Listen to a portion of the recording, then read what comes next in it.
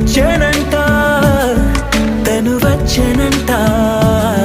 హే అయ్యంటే మరి నేను అర్థము తెలుసు నిన్న మొన్న అరే అయ్యంటే ఇక తానను శబ్దము ఎద చెబుతుంటే విన్నా అయ్యో నాకెదురై ఐరావతమే నేలకి పంపిన తెలికలువై తను విచ్చెనంట తను